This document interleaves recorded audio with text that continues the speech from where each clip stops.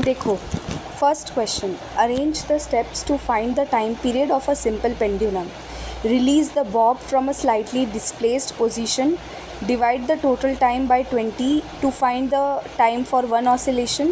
Set up a pendulum with a thread of roughly 100 centimeter.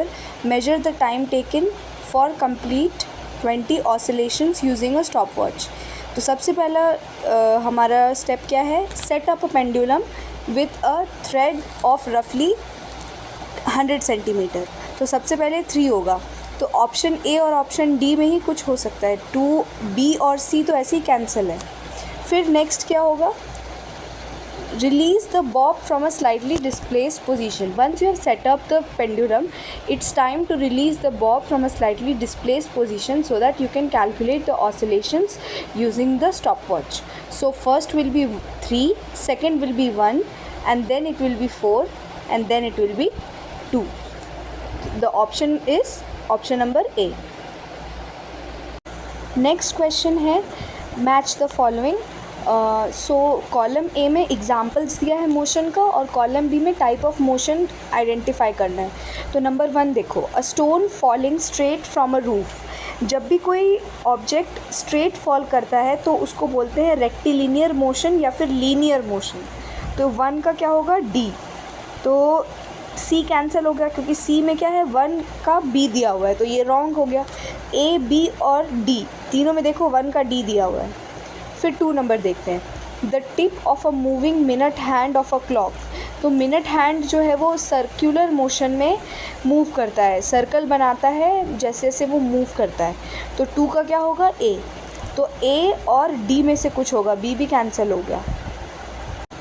फिर देखो, a child on a seesaw. तो सी saw में जब child होता है तो टू एंड फ्रो मूव करता है, ऊपर जाता है फिर नीचे आता है, फिर ऊपर जाता है फिर नीचे आता है. This motion is called as to and fro motion. And ये होता है to and fro motion is called as oscillatory motion. तो 3 का क्या होगा? बी होगा. So the answer is option number A again. 1 का डी, 2 का ए, 3 का बी और 4 का C. Revolution of earth around the sun is a periodic motion. Why? Because revolution occurs every 365 days. Understood? Let's move to the next question.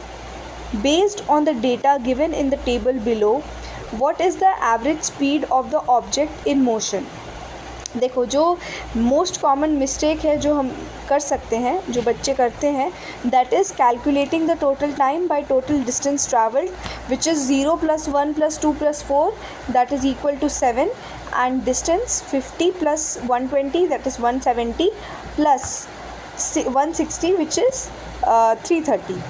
But this is wrong way of calculating, because यहाँ पे ये नहीं बोला है कि first से लेकर first hour में आपका 50 किलोमीटर्स है, सेकेंड आवर में आपका 120 किलोमीटर्स है. ये नहीं बोला है. यहाँ पे बोला है जब 2 आवर हो रहा है तब आपका 120 किलोमीटर्स है, जब 4 आवर हो रहा है तब आपका 160 किलोमीटर है.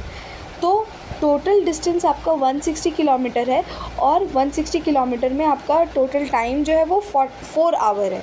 तो किलोमीटर पर आवर जब स्पीड में निकालेंगे तो that will be equal to 40 kilometre per our.